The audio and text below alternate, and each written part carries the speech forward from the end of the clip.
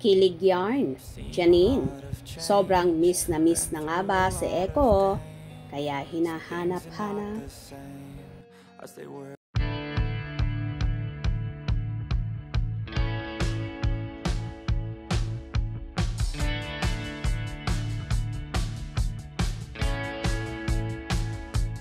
Nagpasalamat si Janine Gutierrez na tinangkilik ang kanilang seryeng Lavender Fields kasama sina Jericho Rosales at Jody Santa Maria.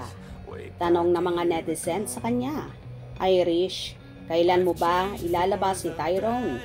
Naiinis na ako sa iyo ha. Ang ginawa ni Janine, nag-shout out, Beijing at Jericho Rosales official. Ilabas mo na si Tyrone. Kukurotin kita sa singit. Marami na talaga ang nasasabik na makita muli si Echo sa nasabing serye.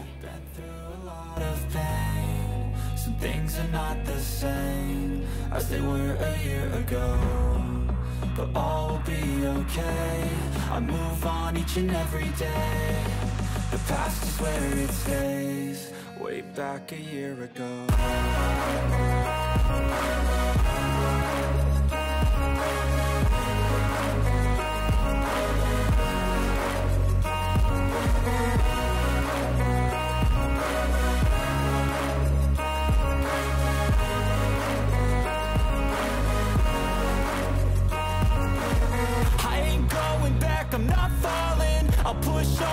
Well, marami nga ang kinikilig sa ginawang paghahanap ni Janine sa aktor na tila daw ba miss na nga si Jericho.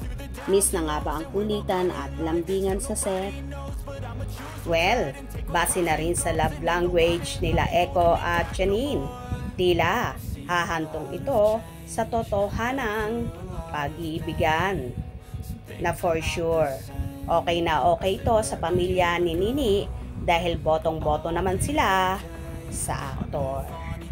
Marami naman ang nanggigigil at naiinis at gustong-gusto na ulit makita sa set si Tyrone.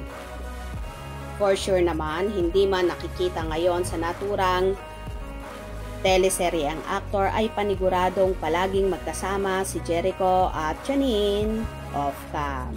Kaya don't worry guys, babalik na si Tyrone very soon. Abang-abang lang tayo. Kung nagustuhan nyo ang video na ito, comment down below.